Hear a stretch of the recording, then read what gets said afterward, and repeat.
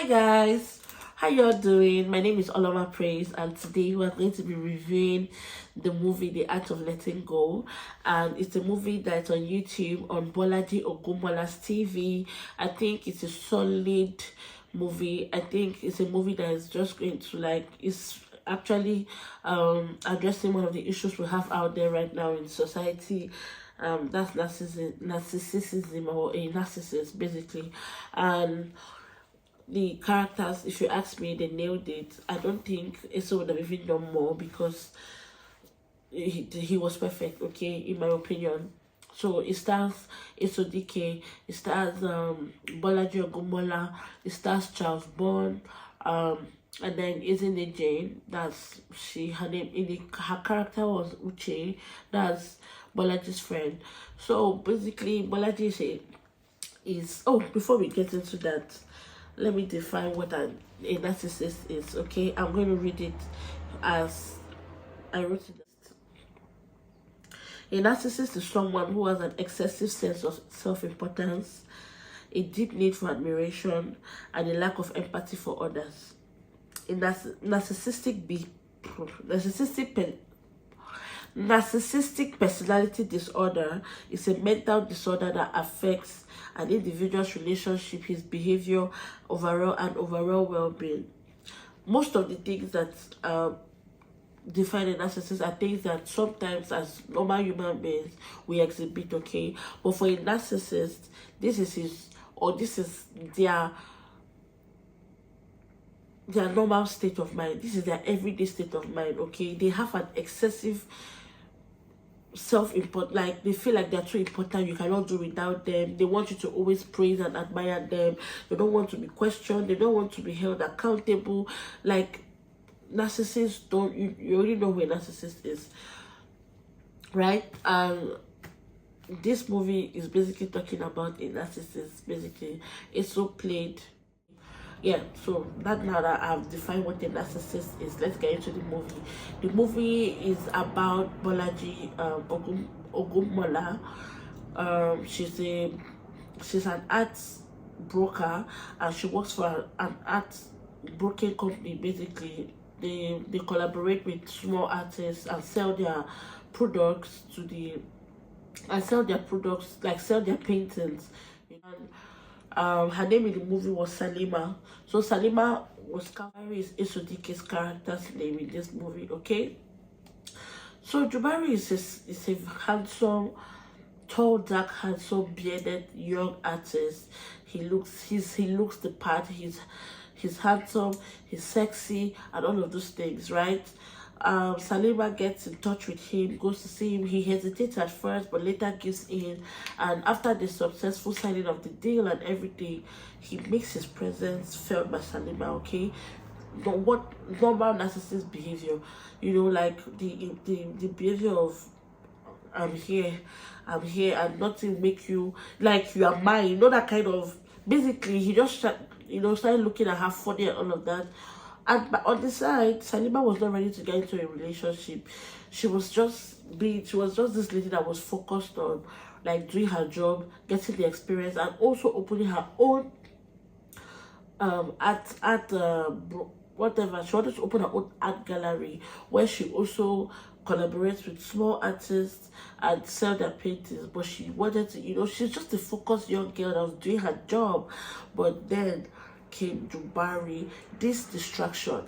So according to the movie, before you know, one thing later another, Jubari seduced his way into her life, and then decided hit things off.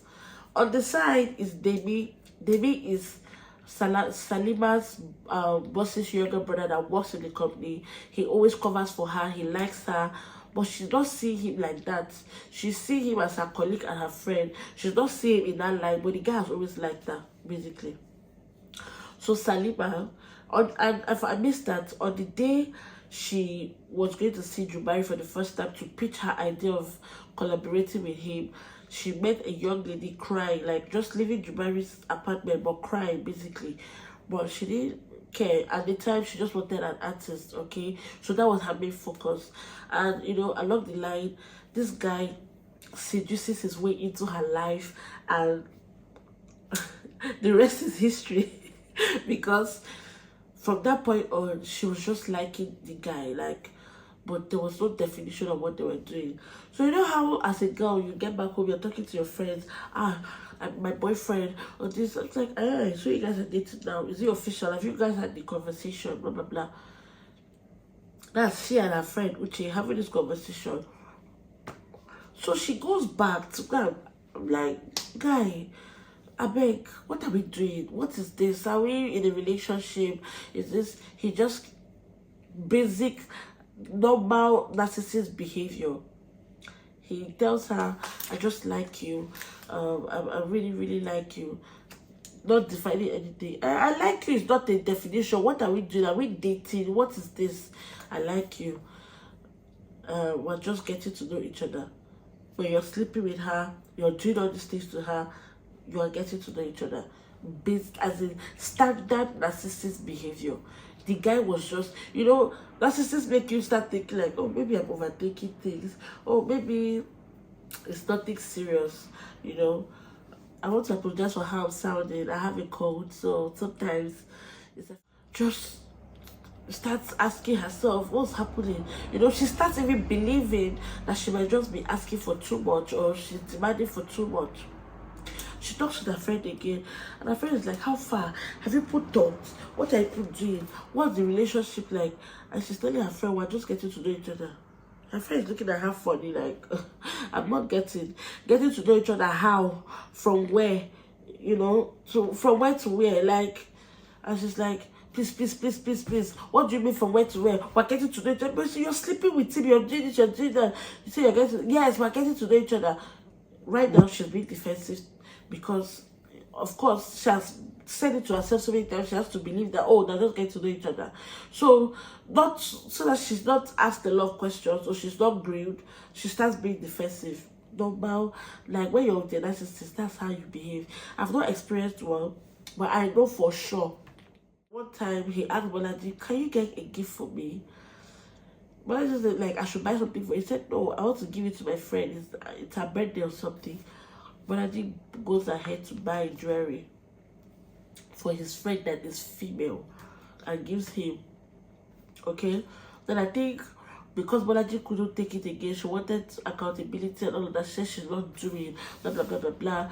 So her friend or somebody, I think a toaster had come to take her out, and she was prepping. She was already ready. The guy was waiting for her downstairs, and her doorbell rang.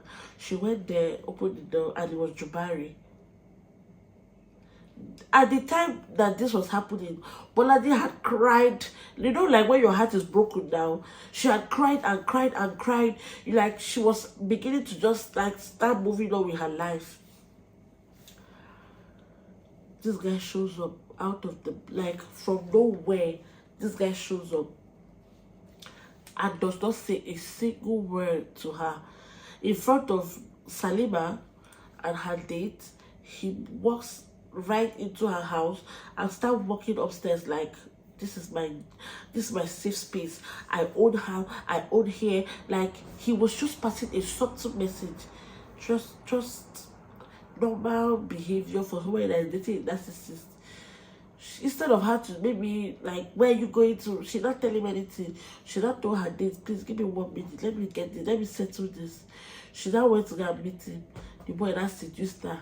She was not having, they were doing the do, and her date was downstairs. He waited and waited, then he left. From then on, they continued in their relationship. Her friend came to ask her, I thought you were done with this. Oh, Donald is like, I beg. Please, I beg, I don't want, don't tell me anything. Oh, she basically fights with her friend because her friend asked her, why are you back together with this guy?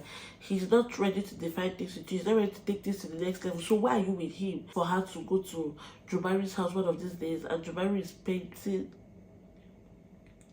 a lady half naked, and she's wearing the necklace that Bolaji had bought for Jubari's friend. Oh my God. Bolaji is so pissed. She's crying. She's like, oh my God, what have I done? and the guy did not even flinch. Like, you know when you feel like, oh, my babe don't catch me. No, he was just like, his work is this. Bolaji was feeling bad. After shouting, she left. This guy proceeded to sleep with that girl. That's to show you they don't care. They will never value other people's feelings. They don't want to know how you're feeling. The only person that's important and that will remain important to them is them. You are nothing to them. Like, in the scheme of things, you don't count. You don't matter. Do you understand? Basically. So this guy Jubari just he doesn't even run after her. He doesn't even try to make a case or anything. He just continues his life like nothing. So Bolaji goes home and is heartbroken. She's not going to work. She's not doing stuff. Like, she's crying her eyes out because she's heartbroken. Long story short, after she has healed properly, she made up with her friends, and blah, blah, blah, blah, blah. And then she's supposed to go for an art exhibition with her company. She's representing her company. So she and Demi, that's her boss's younger brother, they're supposed to go together. Demi is actually Charles Bond. That's the name of his character in this movie, Demi. So they go for this. They're supposed to go for this exhibition, and then they are done prepping and everything. So Demi is coming to pick her up and all of that. And finally, Demi is planning to tell her today how he feels about her. The same thing that happened the last time. Jubari rings the doorbell. She goes to open the door. He does not say a word to her. He just walks right in and is going upstairs. And Bolaji is telling Demi, just give me 1 minute. Let me sort this out. On her way to her room, that she's on the staircase, she's like, what am I doing? This is what happened to me the last time. I better run for my life. So she escapes. She remembers what happened to her the last time, and she tells Demi, let's go, forget about the guy. She follows Demi and she goes. So basically, because he felt like Bolaji, Salima was moving on, he had to come back into her life because they always want to feel important. The most important thing I think this movie taught us is that red flags will never turn green, okay? This guy was a walking red flag.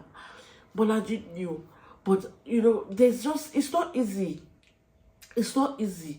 Bolaji knew, but she was stuck because, of course, narcissists have a way of making you feel like your life is going to end without them. So I'll give this movie a 7.5/10. Let me know if you've seen this movie. What are your thoughts? Talk to me. Have you dated a narcissist before? Let me know. Talk to me in the comments.